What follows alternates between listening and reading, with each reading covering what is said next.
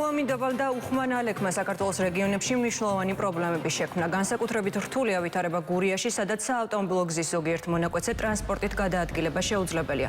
მოგლეჯილია ხეები, ჩახერგილია გზები, რამდენიმე სოფელს არ მიეწოდება გაზი, ელექტროენერგია და ინტერნეტი. ადგილობრივი ხელისუფლების ინფორმაციით, რეგიონის მასშტაბით მობილიზებული არიან გაზმომარაგებისა და ენერგოპროჯორჯიას ჯგუფები. საგანგებო რეჟიმზეა გადასული ყველა შესაბამისი სამსახური, იწმინდება მთავარი გზები, შიდა გზებზე კი იყრება ტექნიკური მარილი. გურიაში თოვა გრძელდება. სოფლის გზები არაა გაწმენდილი და ახლა ძირითადი ავტობანი გაწმენდილია. შუქი წყალი რავია სოფელში არის წყალი. დიდი თოვლობაა ძალიან. ხო და დაწყვიტა ყველაფერი, ხეები წააქცია. ინტერნეტი არა და შუქი არა. მანქანები ვერ გამოყავს, მაგრამ დღეს ახლა მანქანის გამოყვანა ვის უჭირს.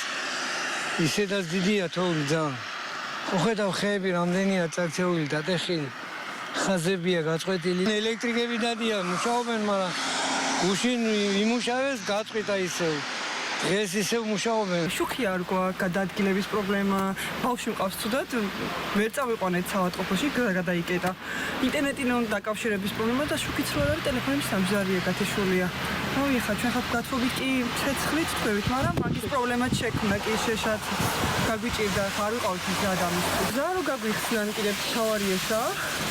ბერი, შუქი ჭირდება რა, წყალი ჩვენ შუქზე გვაქვს, მატორით ჩავხოთ და არ გვაქვს წყალი. გუშინ საღამოს მონაცემებით ფაქტობრივად თითქმის ყველა სოფელთან მისასვლელი გზა იყო გაწმენდილი, მაგრამ გუშინ ღამით მოსულმა უხმანალექმა კვლავ შექმნა საკმაოდ სერიოზული პრობლემები და დღეს მდგომარეობით გვაქვს სოფლები, სადაც ჯერჯერობით მისვლა ვერ ხერხდება. როგორც მოგეხსენებათ, დაზიანდა როგორც ელექტროგადამცემი ხაზები, ასევე ბუნებრივი აირის მილები, შესაბამისი სამსახურები, სოკარის და ენერგოპროჯორჯიას სამსახურები უწყვეტ რეჟიმში მუშაობენ, რათა მაქსიმალურად შემჭიდროებულ ვადებში მოხდეს ელექტროენერგიის მიწოდების აღდგენა ჩვენი მოქალაქეებისთვის. სამწუხაროდ ამინდი კვლავ გაუარესდა და ამ წუთებშიც საკმაოდ ცუდი ამინდი გვაქვს რეგიონში.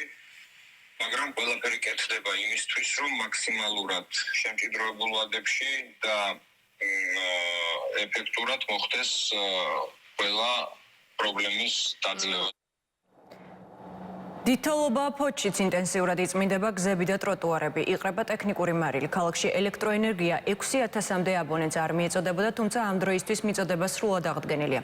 მოსალოდნელი უამინდობის გამო ორშაბათს და სამშაბათს ფოთის საბავშვო ბაღებში სააღმზრდელო პროცესი დროებით შეჩერდება. 24 თებერვალს სასწავლო პროცესი ჩერდება საჯარო სკოლებშიც. ფოთში უჩვეულო დიდთოვლობა გვაქვს, ამაც გარკვეული პრობლემები შექმნა, თუმცა მერიის სამსახურები ინტენსიურად მუშაობენ გზების, ტროტუარების გასაწმენდად, ასევე წაქცეული ხეებისგან გზის სავალი ნაწილის გასაწმენდად. სამწუხაროდ იყო რამოდენიმე შემთხვევა ავტომობილის მიერ განათების ბოძების დაზიანების, ასევე მინდა მოუწოდო მოსახლეობას, რომ მიუხედავად იმისა, მესმის ყველას უხარია ეს უჩვეულო მოვლენა ქალაქისთვის, თუმცა ფრთხილად გადავადგილდეთ ქუჩებში. ასევე დაზიანებული არის მაღალი ძაბვის გადამცემი კაბელი მალთაკვის უბანში. ელექტროენერგია საღამოს 5 საათისთვის იქნება